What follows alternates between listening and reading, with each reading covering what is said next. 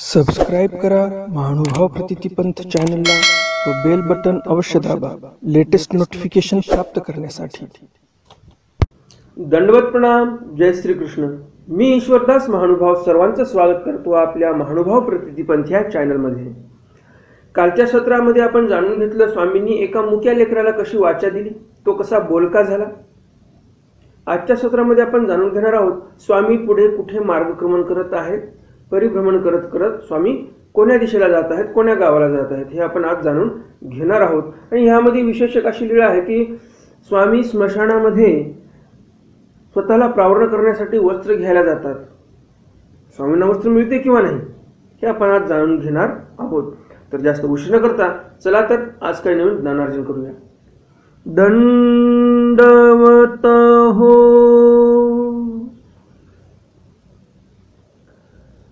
आजचं चरित्र तुम्हाला स्वामींचं नक्कीच आवडणार आहे, त्यामुळे व्हिडिओला लगेच लाईक करा।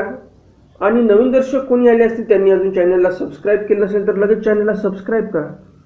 त्यामध्ये तुम्ही बेल बटन दाबून ऑल ऑप्शन सिलेक्ट करा, म्हणजे स्वामींचं चरित्र अपलोड केल्यानंतर सर्वप्रथम नोटिफिकेशन तुम्हाला येत जाईल आणि सर्वप्रथम तुम्ही स्वामींच्या चरित्राचं श्रवण करू शकाल। तर आजच्या या ज्ञानार्जनाला आपण सुरुवात करूया। लीळाचरित्र पूर्वार्ध, लीळा क्रमांक 86। पातुर्डी समसान वस्त्र निखेजू।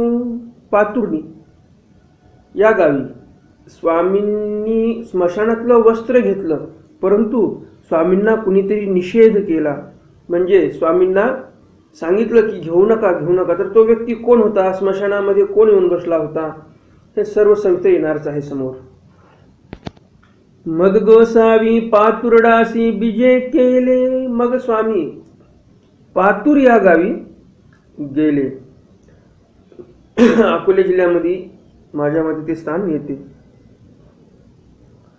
पातुर्डी नईचिया थडिया थडिया बीजे करीत होते। पातुर्डी या गावी स्वामी नईच्या थडिया थडिया म्हणजे नदीच्या काठा काठाने चालत होते।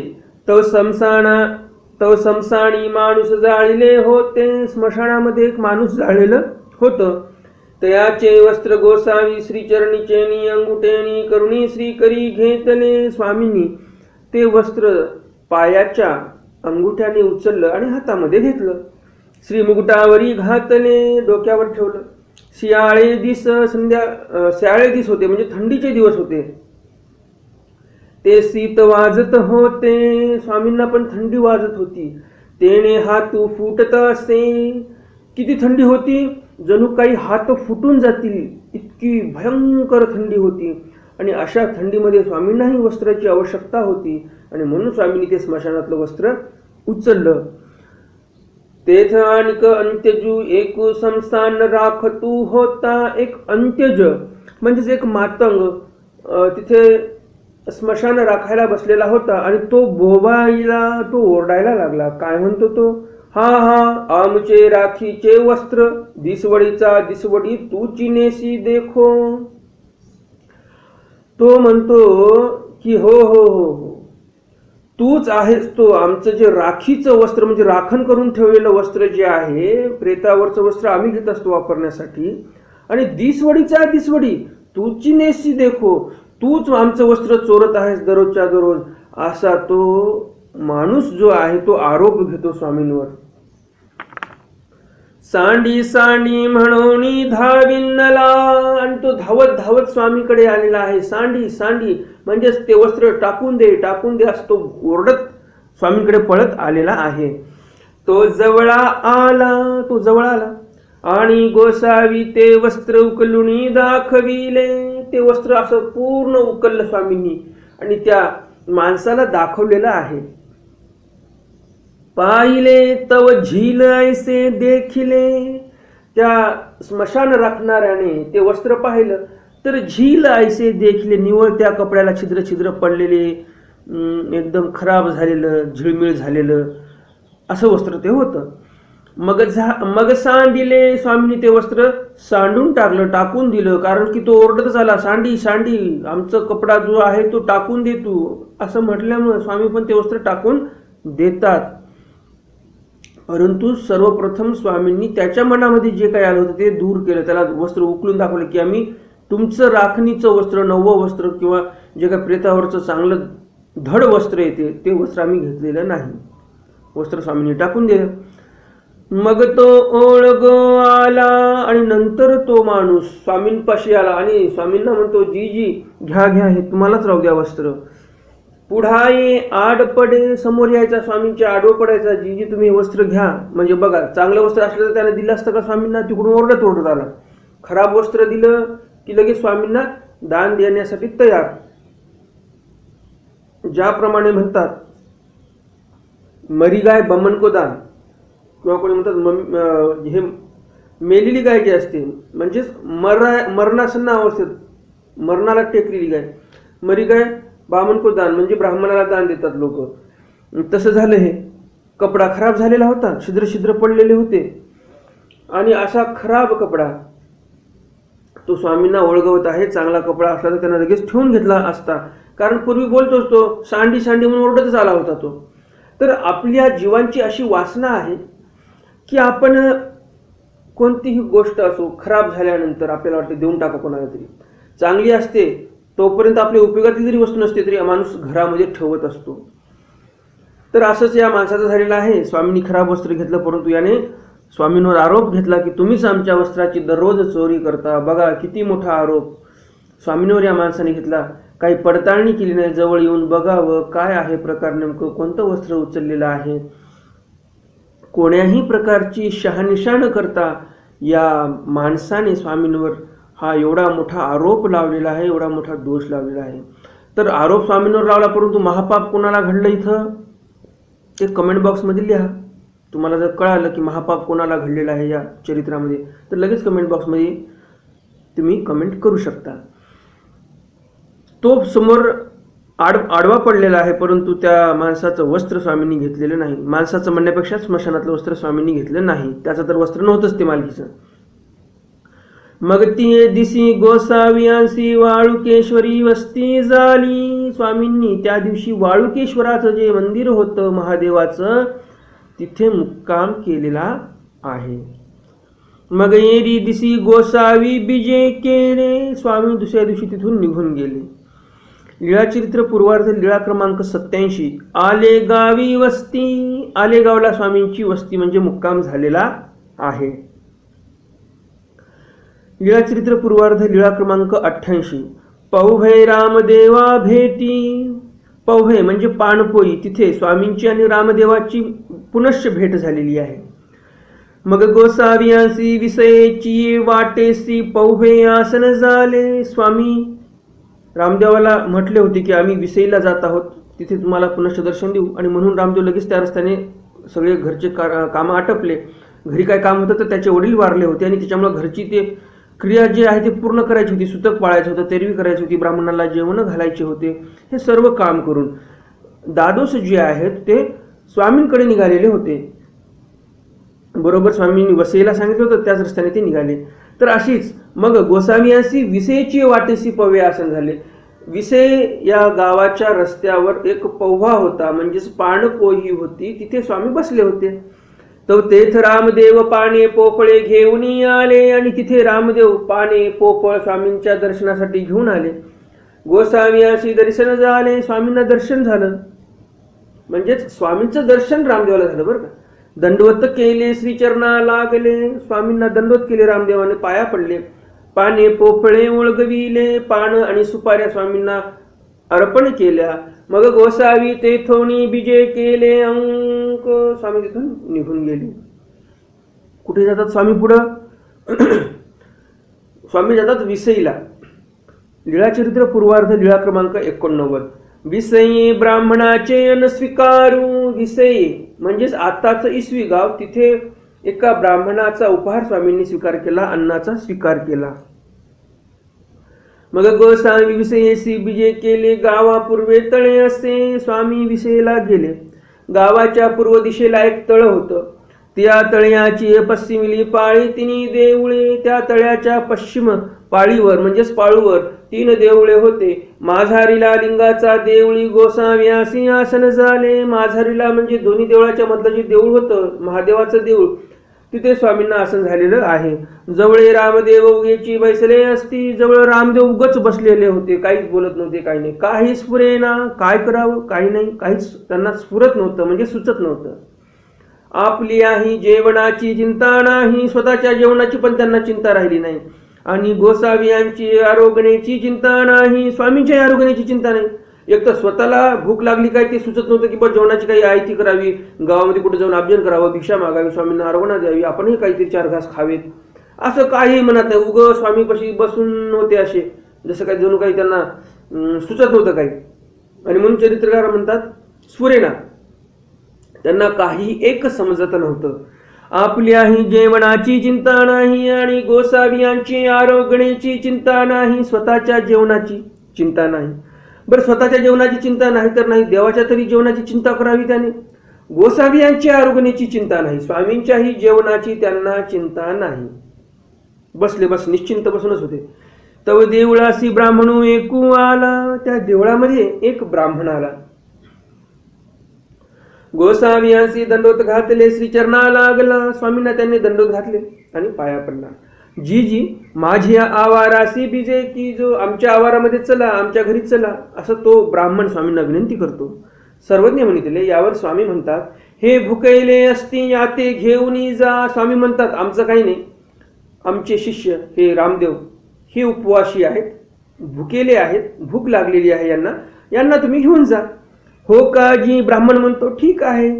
मग ते तया ते आपल्या घरासी घेऊन गेले. आणि मग तो ब्राह्मण जो होता तो ब्राह्मण त्या रामदेवाला आपल्या घरी घेऊन जातो. ओसरीवरी पाटू बैसो घातला, ओसरीवर पाट बसायला टाकला छानपैकी.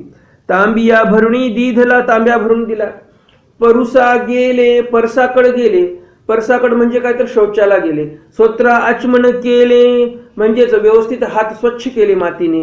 ओसरीवरी बैसोनी पाय धुतले, ओसरीवर बसून त्या ब्राह्मणाच्या ओसरीवर बसून छानपैकी पाय धुतले.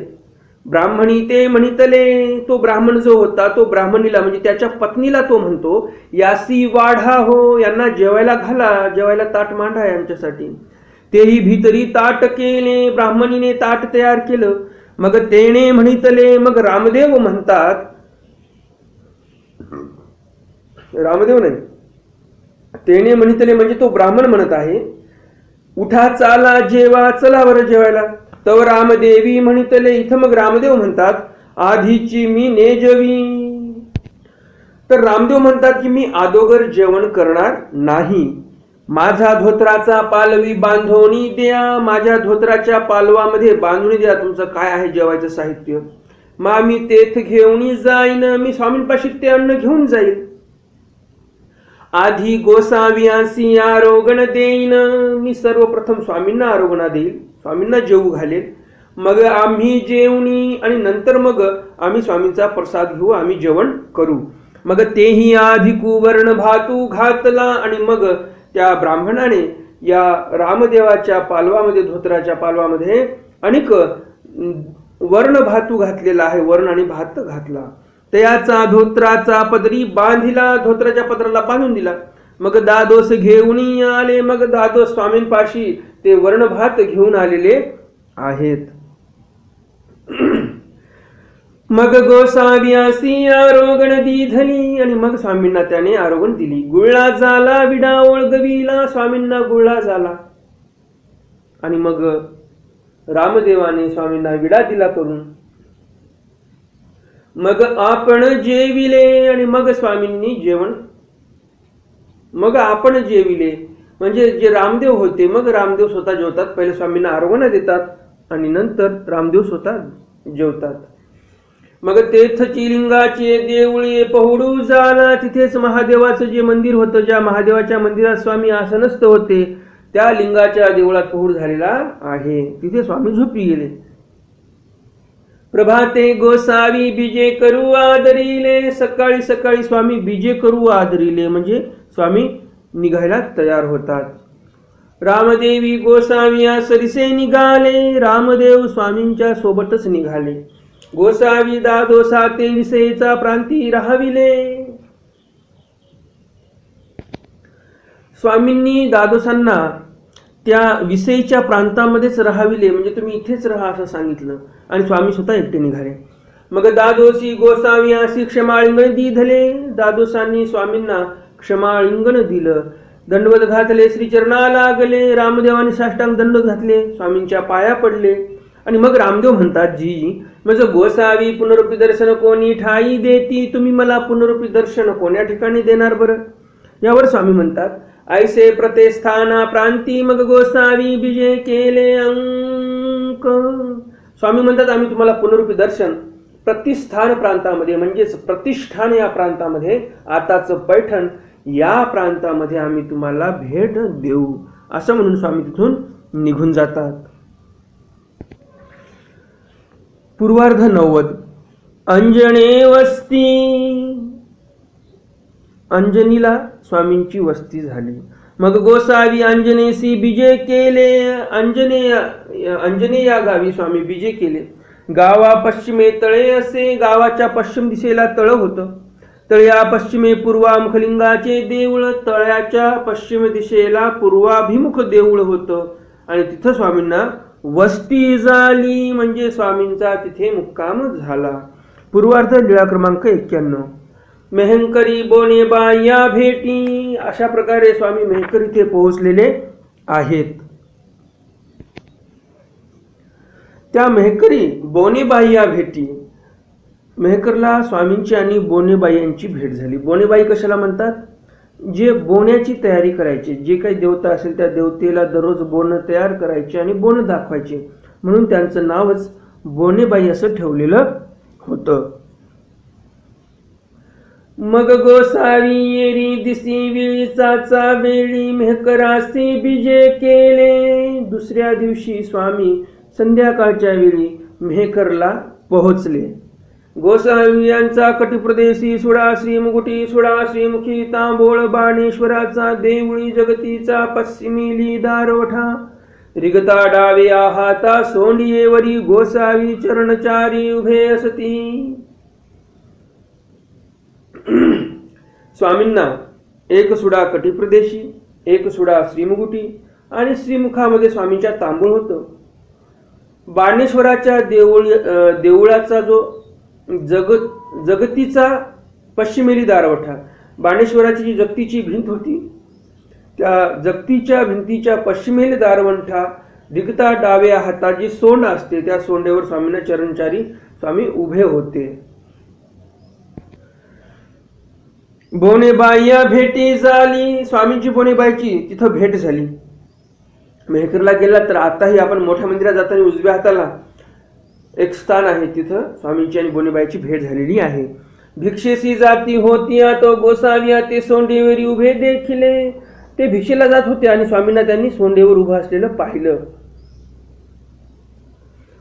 आता सोंडेवर उभे म्हणजे काय, ज्याप्रमाणे आपल्याला माहिती असेल, आपण आपल्या घरासमोर पायऱ्या असतील, एक 4-5 फूट उंच घर आहे तुमचं रस्त्यापासून, तर आपण एक 5-6 पायऱ्या आपण करतो घराला जाण्यासाठी, घरामध्ये प्रवेश करण्यासाठी.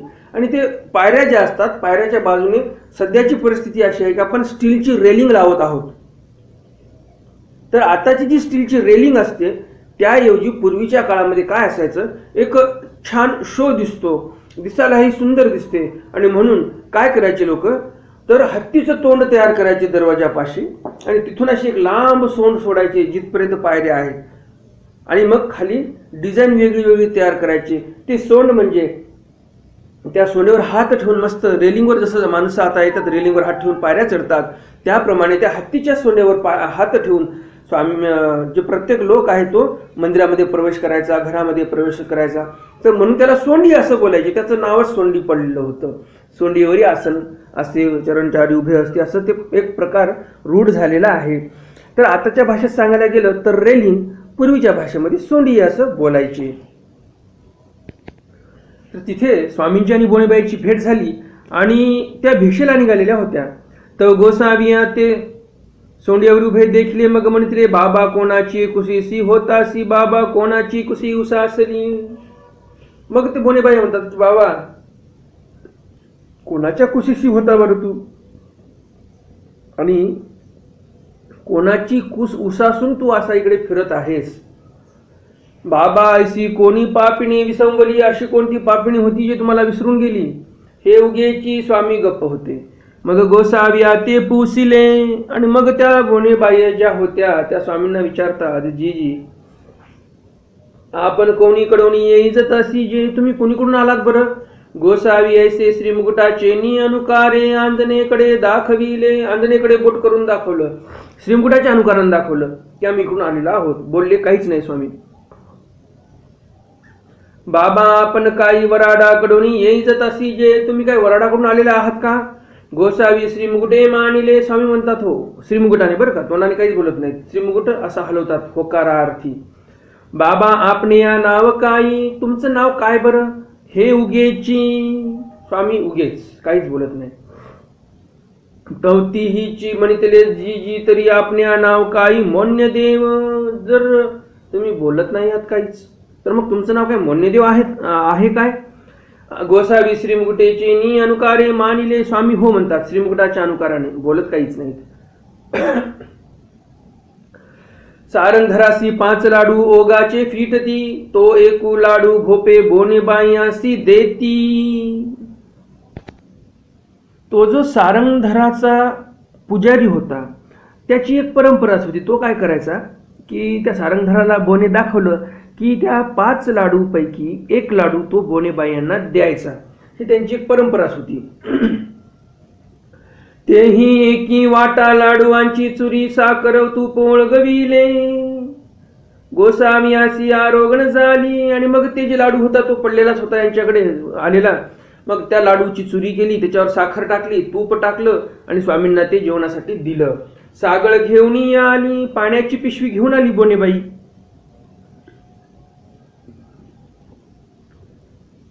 घेऊन आल्यानंतर स्वामींना गुळा झाला, विडा झाला आणि येरू प्रसादू तेही घेतला. स्वामींनी थोडा प्रसाद ठेवला होता त्यांच्यासाठी, तो प्रसाद बोनेबाईंनी घेतला. मग बोनेबाई गोसाविया ते विनविले. बोनेबाईंनी स्वामींना विनंती केली, जीजी आमची ये गुंफेसी बिजे करावे, आम्ही जिथे राहतो त्या गुंफेला या. अशा बोनेबाई या स्वामींना विनंती करतात. गोसावी बिजे केले. स्वामी तिथे जातात. आसन घातले, आसन टाकलं बोनेबाईंनी बसण्यासाठी. हे जावणी तेथ बैसले. स्वामी जाऊन तिथे बसले. मग बोनेबाई म्हणितले, बा मोन्य देव हो आम्ही भिक्षा करून येऊनी. बोनेबाई म्हणतात मोन्य देवांना, बा मोन्य देव हो आम्ही जाऊन भिक्षा करून येतो. तव तुम्ही बिडार राखावे. आमचं बिडार आहे, आमचं नाही, आपलं बिडार ते राखावं. भिक्षा करून आली, भिक्षा करून आल्या. गोसावियासी आरोगण दिधली. स्वामींना आरोगण दिली बोनेबाईंनी. गुळा झाला, विडा ओळगविला. स्वामींचा गुळा झाला, स्वामींनी विडा घेतला. मग बोनेबाई या गोसाविया ते विनविले. बोनेबाई स्वामींना विनंती करतात, बामोन्य देव हो ये नगरी जवसाल तव उदिया दुपाहारीची पाणी भाताची आरोगण करावी. बामोन्य देव हो तुम्ही जोपर्यंत या मेहकर गावामध्ये आहात तोपर्यंत तुम्ही उद्या दुपारीची पाणी भाताची आरोगणा करावी. म्हणजे सकाळ झाल्यानंतर दुसऱ्या प्रहरामध्ये म्हणजेच 9च्या पुढे, कारण दिवस निघाल्यानंतर 6 ते 9 पहिला प्रहर असतो आणि 9 ते 12 दुसरा प्रहर असतो. तर हा काळ असतो दुपारचा. नाही तर आपण काय आताच्या अर्थाने दुपार म्हणले की 12च्या पुढं 3, 2:30, 1 असा दुपार म्हणतो आपण. परंतु जो खरा अर्थ आहे दुपारचा तो म्हणजे दिवस उगवल्यानंतर जो पहिला प्रहर असतो तो 6 ते 9 सकाळचे, याला पहिला प्रहर म्हणतात. आणि 9 ते 12 हा दुसरा प्रहर असतो आणि 9 ते 12 या वेळेला दुपार असं बोलतात. हे खरा अर्थ आहे दुपारचा बरं का. तर ते म्हणतात की दुपारच्या वेळी तुम्हाला आम्ही आमच्याकडे जे काही पाणी भात असेल त्याची आरोगणा देऊ, विळीचा भिक्षा करुणी आणि संध्याकाळच्या वेळेला भिक्षा करू. मग भिक्षेसी जैसे येईल तैसी आरोगण करावी. मग आमच्या भिक्षेमध्ये जसं येईल, रुख सुख चटणी भाकर मीठ एखाद्या वेळेस चांगलं येईल, जे काही आमच्या भिक्षेमध्ये येईल ते तुम्ही आरोगण करावी. कवनी लोक न म्हणावा. आणि बोनेबाई आपुलकी दाखवतात इथे स्वामींच्या ठिकाणी, आपुलेपणानं म्हणतात की कवनी लोक न म्हणावा, आम्हाला तुम्ही लोक समजू नका, आपलिया म्हणावे, आपलं म्हणून समजा, संकोचू मुळीच नका, असं बोनेबाई आपुलकीने सांगतात स्वामींना.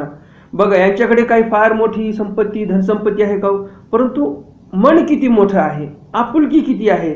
स्वामींना म्हणतात की आमच्याकडे जसं असेल ते आम्ही तुम्हाला आरोग्य देऊ आणि इथे संकोचू नका, हे आपलंच म्हणून समजा, कोणी लोक नाही तिथं, इथं आपलेच सर्व आहेत. किती म्हणजे मनाचा मोठेपणा दाखवतात इथे बोनेबाई. ते गोसावी मानिले, स्वामी मान्य करतात. मग बोनेबाया जेविलिया, बोनेबायांचं जेवण होते. गोसावी निद्रास्थानासी बाणेश्वरासी बीजे केले. गोसावी निद्रास्थानाला गेले, कुठे, बाणेश्वराला. आणि बाणेश्वराला गेल्यानंतर तो राणेनी म्हणितले, तिथला जो राणा होता, पुजारी होता, तो म्हणतो, जी जी देवाचे उपकरणे असती कुची टाळे घातले असे. तो म्हणतो की जी जी देवाचे उपकरण आहे तिथे